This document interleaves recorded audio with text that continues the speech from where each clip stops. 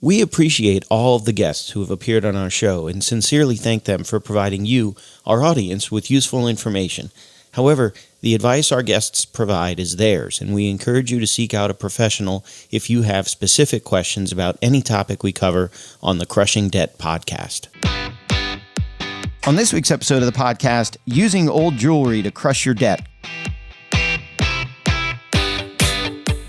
Welcome to the Crushing Debt Podcast with your host, Florida attorney Sean Yesner, where our goal is to help you get rid of the financial bullies in your life.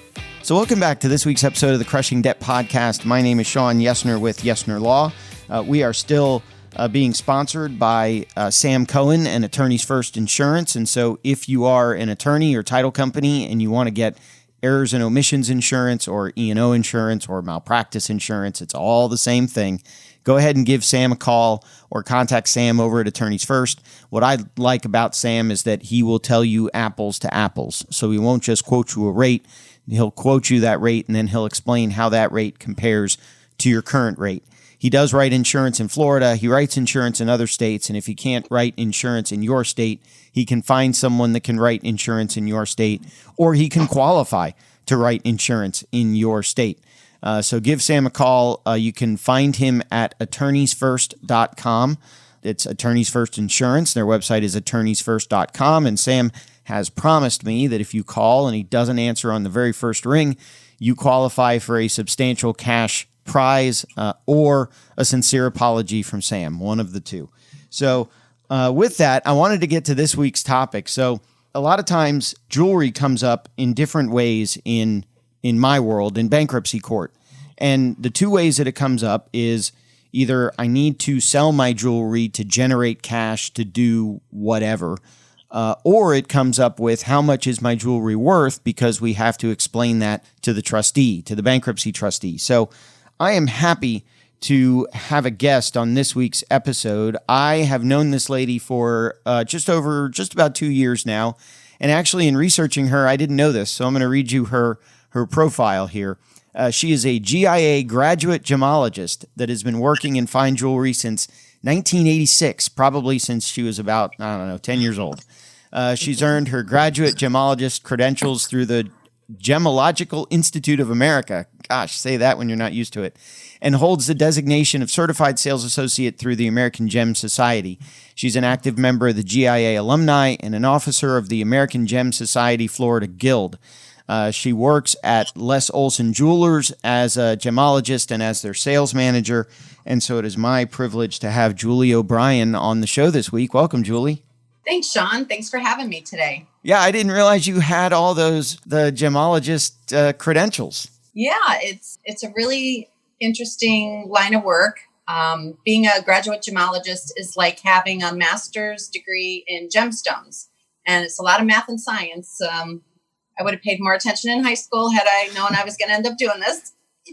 So when I was in undergrad, when I was at FSU, I had to take some courses, non-math or accounting related, and I took geology. And yes. So we were basically looking at rocks all day. But I assume what you do is a lot more involved than that. Yeah, it's a lot more fun, I'd say. I'm in the fun end of the rocks. So again, the science is the same, but it's the end result after when you get your gems at the end of Mother Nature's journey here. So I assume, can you tell the difference if I showed you like a piece of glass or a cubic zirconia or something like that? Could you instantly tell, or would you need to put it under some instruments? Often I can instantly tell, and sometimes I do have to put it under the microscope. And I usually will double check myself regardless. Even if I eyeball it and I know that it's not a diamond, I will still put it under the microscope because everybody wants to know why you came up with your answer. Right. Well, and then I can explain what I see. And before we really get too far in, let me give a little bit more here for your contact information. So you work at Les Olson Jewelers, which is here in Palm Harbor, Florida, here in Tampa Bay, Pinellas County, Palm Harbor, Florida. And to get in contact with you, they can email, and I'll put all this in the notes as well. So if you want to contact Julie, you can check the notes as well. But it is juliemyjeweler@gmail.com. So JULIE my MY jeweler, JEWELER, juliemyjeweler@gmail.com. Or you can go visit the Les Olson website, which is lesolsonjewelers.com, LESOLSON jewelers.com. So either juliemyjeweler@gmail.com or lesolsonjewelers.com is the website. And that's how you can get a hold of Julie if you want to get a hold of Julie. And so I want to get into a little bit bankruptcy and valuation and all that kind of stuff. But there is this story of, the husband and wife that have to file bankruptcy. And so they go and they're sitting there with the trustee at the meeting of creditors. And the trustee says, "Oh, that's a nice wedding band, a nice engagement ring you have on. How much is it worth?" And the wife turns to the husband and says, "It was a gift. I didn't ask my husband what it was worth." And looks at her husband and says, "What is it worth?" And the husband says, "And the trustee says, huh?" And the wife says, "Huh?" And then the husband says, "It's," and the trustee says, "Say that again." And the wife looks at him and, "What?" And the husband finally has to admit that it was fake diamonds in the rings. And so then the bankruptcy leads to a divorce. So that's the story going around bankruptcy court. And I've actually seen that happen a few times, where every time I've seen it happen, the wife knew it was a fake. And so they told the trustee it's a fake. That's always a fun story in bankruptcy court. But the first question that I sort of have for you is how we put values on these things. So, again, when we're trying to file bankruptcy, or if someone dies and there's a probate estate, or if the bankruptcy does result in a divorce, the value of the jewelry often becomes an issue. And that's something that you all do at Les Olson, right? Absolutely. We provide written documentation that's very thorough, that explains how we come up with these values. And when we're doing these statements of value, like you said, there's different reasons for getting these documents. There's insurance documents, which has a retail replacement, where if you were going to go into a store and buy it brand new, that's for your insurance company. Like your car insurance, you have jewelry insurance.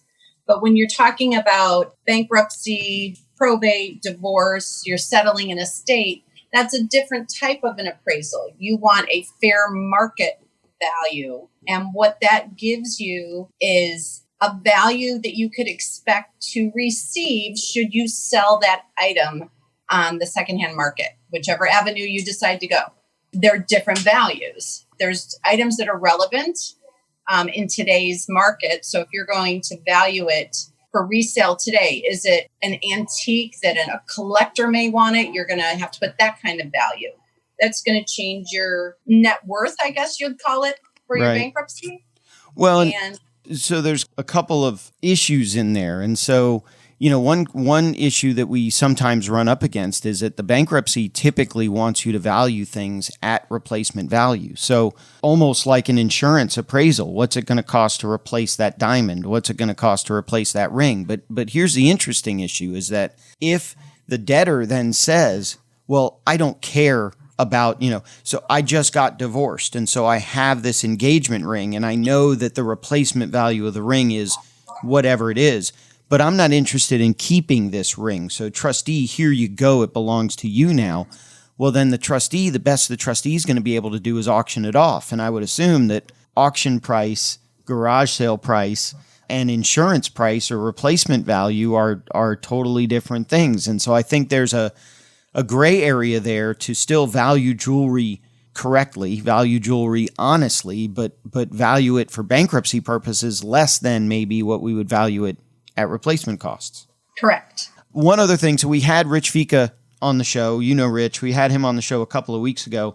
One other thing about jewelry insurance, that is typically not covered by your homeowner's policy, especially if it's expensive insurance. So if you have jewelry that is an heirloom, jewelry that's expensive, jewelry that's got a lot of diamonds or gems or whatever in it, you want to have it separately insured, right? Yes, that is correct. Your blanket homeowners insurance policy will cover up to 5 items, $1,000 per item minus your deductible. So most engagement rings we'll use as an example cannot be replaced by a homeowner's policy. So you get a separate rider that is completely underwritten separately from your homeowner's insurance. Yeah, not necessarily a commercial for them, but the one that I've heard the most of is Jewelers. Was it Jewelers Mutual? Jewelers Mutual. That's the one I've heard the most about, and that's the one that I've used before. So not necessarily. That's who I use as well. Okay, good. So not necessarily a promotion for them, but they seem to be the dominant one in the market. So, but there is a difference, I guess, and you can do jewelry appraisals not only for bankruptcy, which is our world, but you can also do appraisals for probate purposes, for divorce purposes, for insurance purposes. What other kinds of reasons have people come in to try to value jewelry? A lot of people will settle estates with appraisals because not everybody has a will or has prepared any statements of who gets, my daughter's going to get this piece, my daughter-in-law is going to get this piece. So the family will come to me with a box of jewelry and say, we need to know the values of each piece so that we can be fair with our siblings. That's a big part of our jewelry valuing department. Okay. And I know we were talking earlier about the different types of jewelry that you deal with. So obviously gold, silver, the various, I would assume the various gems, diamonds, stones, that kind of thing. Yes. And I know we talked about watches, and I know you don't necessarily service certain types of watches, but can you value different types of watches? Yes, absolutely. We can do the research to do a replacement value on any watch, and all of the appraisals we've discussed can be done on any watch. We just don't service the watches. Okay. What about the rest of the stuff? So the gold, the silver, the diamonds, all that kind of stuff. You can value that kind of stuff. Can you also service it, clean it, all that kind of stuff? Absolutely. Anything to do with jewelry, we are a full service repair shop, from anything as simple as a checking and cleaning to a full-blown refurbishing of a piece. That includes antique jewelry, silver, gold, platinum. Everything gets done right here underneath our roof. Okay. And I know I've got a ring that I received a while back. When I became a teenager, I got this ring, and I've always wanted to somehow figure out a way to pass it down, but now I've got 2 boys. And so in order to pass it down, I'm probably going to have to split the ring in 2 or take the ring and make it 2 different types of pieces that are related somehow. So, but you can do all of that, right? We can do that. In that type of circumstance, we can do several things. We can duplicate it so that each child has an exact piece that they match, or we can take your ring, like you said, we can literally cut it in 2, melt it down, and make 2 pieces out of it. There's a variety, I have to see the pieces typically to make the best decisions with you, but we can get pretty creative so that everybody's feel like they've got a piece of it. Cool. So how long does it take? So if I bring you, let's say I have a client that needs to file bankruptcy and I question the particular value. A lot of times when I'm talking to them, I'll say, what did you buy it for? What do you think it's worth? How many carats is the diamond in the ring? Is it, how many carat gold, all that kind of stuff. But what's sort of the process and how long does it take for you to get a valuation back? Depending on the piece that we're evaluating, it could be a matter of 10 minutes to type up the document, or it may take a little research. If it's a vintage watch of a high-end label, you may have to do a little research. That could take up to 2 weeks. So it just depends on the actual piece. Well, that's good. And then the other thing that sort of the title of the episode, the sort of the last thing I wanted to talk about was using jewelry to generate the cash necessary. So let's say somebody doesn't want to file bankruptcy, but they have the engagement ring from their ex-husband that they're not really attached to, and so they decide to sell it. That's something you can also help with, correct? Absolutely. We buy gold, we buy diamonds. gemstones that are not damaged, platinum, silver, coins. We buy watches that are gold, and we do that right here in the store. We have full staff that we can evaluate your pieces right in front of you and separate what the metals are and give you an offer to purchase right on the spot and pay you right on the spot. A lot of us aren't leaving our homes right for one. And we do have a kit that you can order from us that will send you a gold buying kit. It's very user friendly, very simple and easy. And we'll send you the kit. You send us your gold. Everything's recorded, video recorded as we open it. You list everything. We list everything. We'll turn it around immediately and give you an offer to purchase, and we will pay you right away. Yeah, and I was going to say, as we record this, we're still in phase one of reopening Hillsborough and Pinellas County, Tampa Bay, and the state of Florida and the country. We're still in the phase one reopen. Hopefully, by the time this episode comes out, we are into phase two. We'll see. But you guys have been open, so if someone wants to go to the store, they can. Absolutely. We are considered a financial institution because we do provide money for people if they want to come in and sell their gold. So we are essential. And again, it can be coming physically into the studio or by asking us for one of our gold buying kits if you're not comfortable coming in.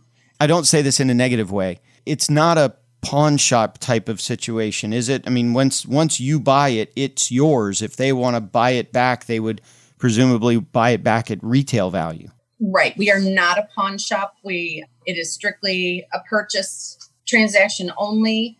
On occasion, I will say that we do have a holding period on certain pieces for a certain amount of time. There's a lot of behind the scenes, but we have once or twice had people regret their sale and we have been able to sell it back to them, but we are very fair. We don't sell it back to them at retail. Okay. So maybe there's restocking fees or like you said, different background fees, background costs. I'm sure there's Patriot Act issues there. There's money laundering issues behind the scenes in terms of prevention of money laundering. So I'm sure all that kind of stuff exists too.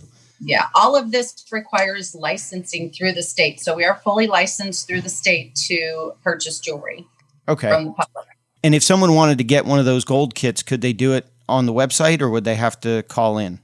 They can go right to the website. There's a banner they can click on and we'll get their information and get it out to them immediately. But in terms of valuing the jewelry, I assume that's something they've got to bring the piece to you or get it to you somehow. Correct. I have to legally hold it in my hand and photograph it and in order to make that document. So if you are someone that is thinking, I want to look at selling some of my jewelry to make ends meet, I know it's a super hard decision, but I also know that Julie is really, really nice. And so I'm sure she will talk to you in such a way that minimizes some of the emotion there. So if you need to sell your jewelry, maybe to generate some cash to pay your creditors, or if you're thinking about filing a bankruptcy and you don't know what that piece is worth, or if it's a piece that you inherited in a probate from somebody, or if it's given to me by my ex-spouse and I want to just get rid of the dang thing, go ahead and contact Julie. Again, it's juliemyjeweler@gmail.com, or you can go visit the website, lesolsonjewelers.com. And I assume the gold buying can be from anywhere in the country, really. They can contact you from anywhere. Anywhere in the United States. Okay. And then if you happen to be local to Tampa Bay, next time you're in Palm Harbor, you want to go check out Les Olson Jewelers, you can go to their website, lesolsonjewelers.com. Their website's right there. They're located, like I said, right here in Tampa Bay in Palm Harbor. Anything that we didn't talk about? Anything that you wanted to make sure you specifically mentioned? I think we covered a good amount. And if anybody had any questions, I'd be happy to answer them.